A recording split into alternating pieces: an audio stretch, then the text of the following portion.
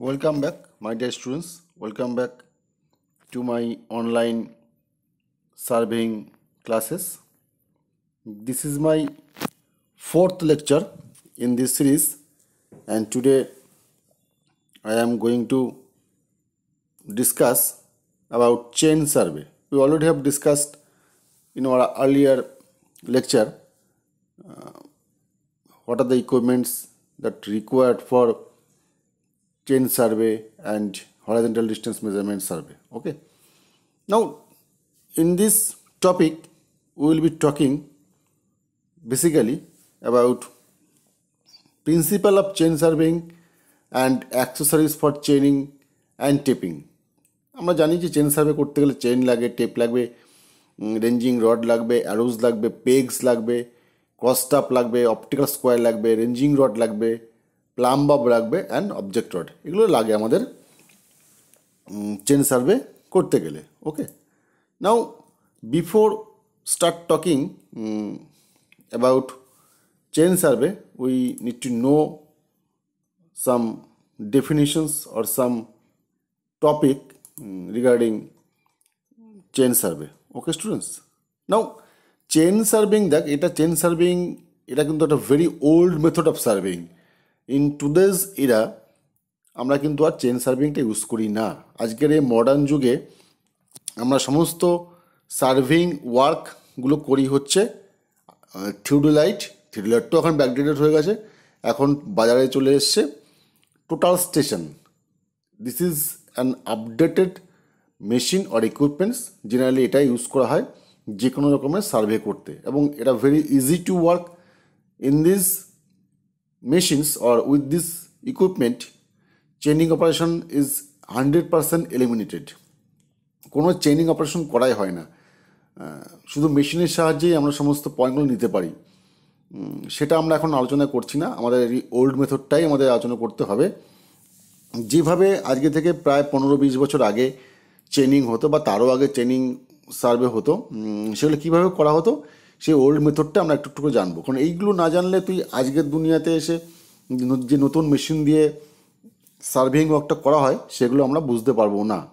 So chain survey is the simplest method of surveying, and in the chain survey only measurements are taken in the field and the rest work such as plotting, calculations etc. are done in the office. শুধু মেজারমেন্টগুলো আমরা ফিল্ডে নেব আর বাকি ক্যালকুলেশনগুলো আমরা সব অফিসে বসে করব। ওকে, এখানে কিন্তু শুধুমাত্র দেখ linear measurements are taken are made at field. No angular measurements are made in this survey. You should keep your mind. This is most suitably adapted to small plain areas with very few details. If carefully done, it gives quite accurate result. এবং এটা খুব simple easy, কারণ হচ্ছে এখানে যদি কোনো angular কোনো আমরা মেজারমেন্ট নিচ্ছি না, সেই জন্য কিন্তু আমরা এটা খুব তাড়াতাড়ি কাজটা করতে পারি। শুধুমাত্র ওই যে ইকুইপমেন্টগুলো বললাম সেগুলো ইউজ করে আমরা করতে পারি। নাও পারপাসেস অফ চেন সার্ভিং, আমরা চেন সার্ভিংটা করে কী কী কাজ করতে পারি। প্রথমে যে কোনো একটা ফিল্ডের এরিয়া আমরা বার করতে পারি চেন সার্ভে করে, and to locate exact boundaries of land. Okay, and to secure data for making a plan. মানে ধর একটা জায়গাতে একটা বিল্ডিং হবে, আমি আগের দিনকে বলছিলাম সেই বিল্ডিংটা করতে গেলে যে প্লটটার মধ্যে বিল্ডিংটা হবে সেই প্লটের অ্যাকচুয়াল সিচুয়েশনটা কী আছে, সেখানে কাজ করতে গেলে আমাদের কী কী বাধা আসতে পারে। মনে কর ল্যান্ড আনডিউশন আছে কি না, কতগুলো গাছ রয়েছে কি না, বা কোনো কোনো বিল্ডিং সেগুলো বাধা দেবে কি না এই নতুন বিল্ডিংটা করতে গেলে। এইগুলোর জন্যই আমরা বেসিক্যালি চেন সার্ভেটা করে থাকি, মানে একটা জায়গা সম্বন্ধে জানা। ওকে, এবং এই চেইন সার্ভে করতে গেলে আমাদের কী কী ইকুইপমেন্ট লাগবে, চেইন লাগবে, টেপ লাগবে, রেঞ্জিং রড লাগবে, অ্যারোজ, ক্রসটা, পেগ, এগুলো আমাদের লাগবে এই চেইন সার্ভে করতে গেলে। Okay, now survey stations, this is one of the most important in this chapter. Survey স্টেশনগুলো কী কী আছে। Normally survey stations are divided into two parts, একটা হচ্ছে মেন স্টেশন, একটা হচ্ছে সাবসিডিয়ারি স্টেশন। ওকে, তাহলে মেন স্টেশনটা কী জিনিস? Main stations are the end of lines, যে কোনো সার্ভে লাইনের যেখানে শেষ হচ্ছে, শুরু একটা শেষ একটা, এগুলো সব তোর হচ্ছে main station. Okay, which command the boundaries of the survey, মানে সার্ভে যে ওয়ার্কটা আমরা করছি তার বাউন্ডারিকে ডিমার্ক করা হচ্ছে মেন স্টেশন দিয়ে, এ বি সি ডি এভাবে আমরা মার্ক করে থাকি। And the lines joining the main stations are called main survey line or the chain line. বোঝা গেল? তাহলে মেন সার্ভে লাইনটা কি? মানে যে লাইন দিয়ে আমরা সার্ভে ওয়ার্কটার বাউন্ডারি বোঝাচ্ছি তাকে বলা হচ্ছে main survey stations or chain stations. এইগুলো নর্মালি আমরা capital letter A B C D এইগুলো দিয়ে আমরা মার্ক করি, এবং যখন আমরা প্লট করব তখন কিন্তু আমরা যেখানে এন্ড পয়েন্ট বা যেখানে স্টার্টিং পয়েন্ট সেখানে কিন্তু একটা সার্কেল দিয়ে তাকে রাউন্ড করে দিয়ে আমরা বোঝাই যেটা main survey line. Okay, and the biggest of the main survey lines are called base line. যে কোনো একটা সার্ভে ওয়ার্কের ধর আমরা ধরে নিলাম এ বি সি ডি চারটে যদি কর্নার থাকে, এই চারটে কর্নারের মধ্যে ডায়াগোনাল যেটা বা যেটা সব থেকে বড়ো লাইন তাকেই বলছে বেস লাইন। ওকে, আমরা পরে যখন ছবিতে দেখবো তখন আমরা বুঝতে পারবো বেস লাইনটা কী জিনিস। Now subsidiary line or tie line, এটা কী জিনিস? Subsidiary or the stations are the points that selected on the main survey line. Main survey লাইনের উপরে সাবসিডিয়ারি লাইন তৈরি করা হয়। Where it necessary to locate the interior detail such as trees, fences, building etcetera. মানে main survey লাইনের উপরে যেখান থেকে নিয়ে আমরা বোঝাচ্ছি যে ওই গাছটা মেন সার্ভে লাইন থেকে এত দূরে ছিল, তাহলে সেখানে হচ্ছে আমরা একটা সাবসিডিয়ারি লাইন ও টাই লাইন তৈরি করে নিই। ওকে, নেক্সট হচ্ছে বেস লাইন। তাহলে বেস লাইন একটু আগে আমি বলছিলাম, বেস লাইনটা হচ্ছে যে কোনো সার্ভে লাইনের সব থেকে বড় যে লাইনটা তাকে বলা হচ্ছে বেস লাইন। এবং টাই লাইনগুলো বলতে ভুলে গেলাম, টাই লাইন ও সাবসিডিয়ারি লাইন এগুলো মার্ক করা হয় T1, T2, T3 এইভাবে। ওকে, এবং the system of lines covering the area to be surveyed is termed as skeleton or framework of the survey. এটা কিন্তু আমাদের খাতায় তৈরি করে নিতে হবে যখন সার্ভে আমরা করব। ওকে, আর বেস লাইন কী বললাম? বেস লাইন হচ্ছে সব থেকে বড় বা লার্জেস্ট বা বিগেস্ট যে লাইনটা তাকে বলা হয় হচ্ছে বেস লাইন। এবার এই survey station or survey line এইগুলো আমরা ডিটারমিন বা ঠিক করবো কী করে, সিলেক্ট করবো কী করে? এটা সিলেক্ট করার জন্য কতগুলো পয়েন্ট আমাদের কিন্তু মনে রাখতে হবে। আমরা একটা জায়গায় সার্ভে করতে গেলে প্রথমেই দেখে নেব যে যে এরিয়াটা আমরা সার্ভে করতে যাচ্ছি এবং যেখানে যেখানে স্টেশনটা আমরা ঠিক করবো সেটা কিন্তু আগে থেকে ঠিক করে নিতে হবে। মানে চেন আমরা শুরু করলাম, যেখানে গিয়ে পয়েন্ট ঠেকলে ব্যাপারটা সেরকম নয়। আমরা আগে থেকেই A B C D E F যতগুলোই লাইন আমরা টানি না কেন, লাইনগুলোতে প্রতিটা একটা করে লোক দাঁড় করাতে হবে। সেই লোকগুলো ইন্টারভিজিবল কিনা আমাদের দেখতে হবে।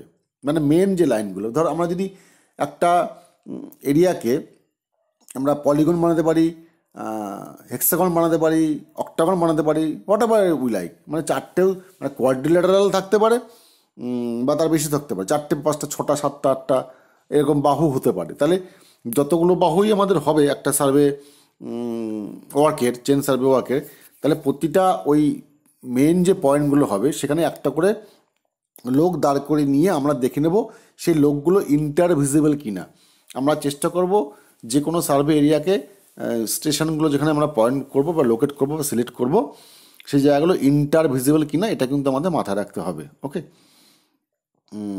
এবং চেষ্টা করব যে যেখান দিয়ে আমার চেনটা আমাদের যাবে সেখানটা কনসিডারেবল লেভেল গ্রাউন্ড আছে কিনা সেটা কিন্তু আমাদের একটু দেখে নিতে হবে। আমরা চেষ্টা করবো লেভেল গ্রাউন্ডের মধ্যে দিয়ে চেনটাকে নিয়ে যাওয়ার। ওকে, এবং সেখানে আমাদের কোনো অফসেট যেখানে কম থাকবে বা কোনো বাধা অবস্টাকল থাকবে না। আমরা চেন শুরু করলাম, মধ্যে গাছের পর গাছ পড়ে যাচ্ছে, তাহলে কিন্তু সার্ভেটা পার্মানেন্ট হবে না, অ্যাকুরেট হবে না। আমরা চেষ্টা করব এমন না ব্যাপারটা যে কোনো পুরো একটা গাছও পড়বে না, পড়তে পারে, আমাদের কাজ করতে গেলে পড়তে পারে, বাট আমরা ট্রাই করব যে সেখান থেকে যেন কোনো অবস্টাকেল না আসে আমাদের, okay. And possible long line should be run রাফলি through the middle of area to form a backbone of the skeleton. আমরা আগে থেকে চেন ফেলে দেখে নেবো যেখানে কোনো অবস্টাকেল কিছু আসছে কিনা, okay. The survey lines should be as few as possible and should be so arranged as to avoid obstacles in ranging and chaining। হ্যাঁ, আমরা যেটা বলছিলাম বারবার করে সেটা মনে রাখতে হবে, আমাদের রেঞ্জিং বা চেনিং করতে কোনো যেন বাধা না পায় সেদিকে কিন্তু আমাদের খেয়াল রাখতে হবে। And the area should be divided into well condition triangle. এই ওয়েল কন্ডিশন ট্রায়াঙ্গেল বা ইল কন্ডিশন ট্রায়াঙ্গেল কী জিনিস আমরা কিন্তু পরবর্তীকালে জানবো, এখন তো জানার দরকার নেই, শুধু টার্মটুকু জেনে রাখ, ওয়েল কন্ডিশন ট্রায়াঙ্গেল এবং ill condition triangle. And tie lines should be run to locate the details and to avoid long offset. Long offset কী জিনিস, শর্ট আপসেট কী জিনিস পরবর্তীকালে আমরা জানবো, এখন ডিটেলে বলছি না, পরবর্তীকালে বলবো। And each triangle in a skeleton should be provided with at least one check line. Check line কী জিনিস পরবর্তীকালে আমরা আসছি। Now survey lines, what are the survey lines, কী কী আছে? বেস লাইন, চেক লাইন আর টাই লাইন, এই তিনটে আমাদের আছে। তাহলে বেস লাইন যেটাকে বলছিলাম আমি, it is the men and longest line which passes approximately through the centre of the field. মানে এই বেস লাইনটা আমরা চেষ্টা করব যাতে যে ফিল্ডে আমরা সার্ভে করছি সেই ফিল্ডের জন্য সেন্টার বরাবর পাস করে, ওকে। এবং এটা যেন লেভেল গ্রাউন্ড যতটা সম্ভব আমরা চেষ্টা করবো সেই লেভেল গ্রাউন্ডের মধ্যে রান করাতে। And whole framework is build upon in this line. তাহলে টোটাল কাজটা কিন্তু এই বেস লাইনের উপর ভরসা করেই হবে, ওকে।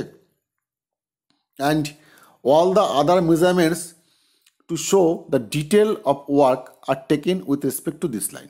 সুতরাং বেস লাইন যেন মেন লাইনের থেকে ছোট না হয়, এটা কিন্তু মাথায় রাখতে হবে। To make perfect chain survey, এটা কিন্তু মাথায় রাখতে হবে যে বেস লাইনটা কিন্তু will be the longest line of the skeleton of the survey work, okay.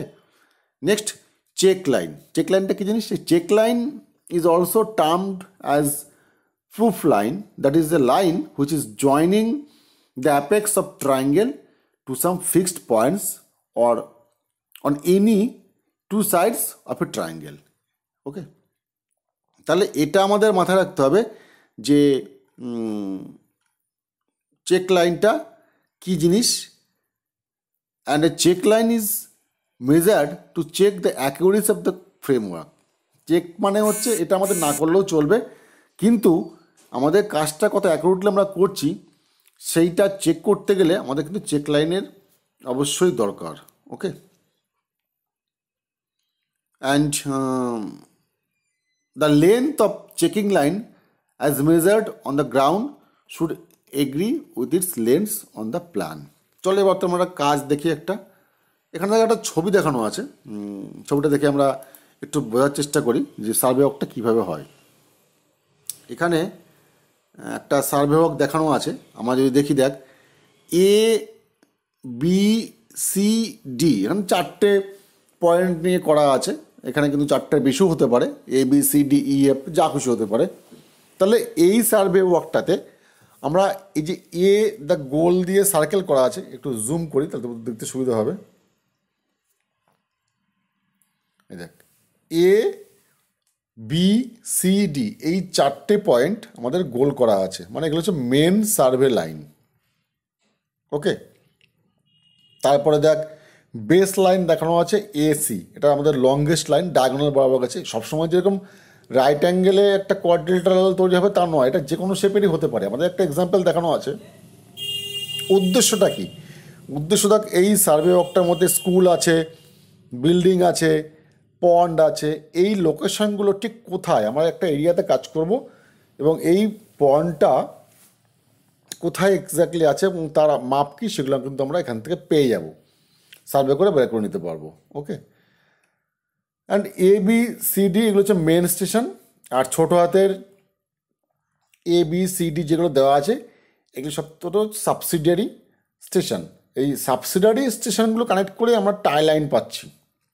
Okay, R check line করার জন্য দেখ আমরা এই সাবসিডারি স্টেশন থেকে বাইরে করে ট্রায়াঙ্গেল তৈরি করে নিয়ে আমরা চেক লাইন দেখে নিচ্ছি যে সার্ভে ওয়ার্কটা ঠিক আছে কি নেই। ওকে, এবার চেক লাইন কী জিনিস একটু আমরা বলছিলাম, আমরা এবার ডিটেলে জানবো।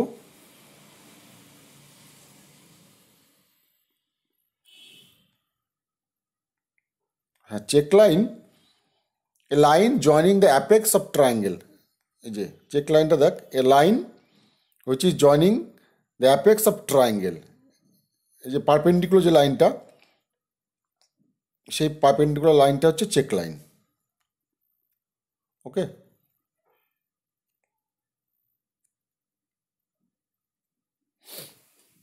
এবার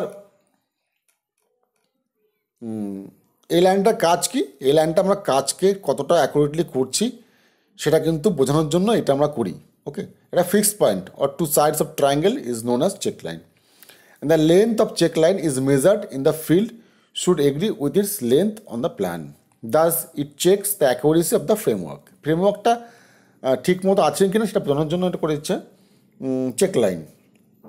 নেক্সট টাই লাইন। টাই লাইনটা কি? A line that joining some fixed points as tie stations on the main chain lines is known as check line. ওকে, এটার কাজ কি?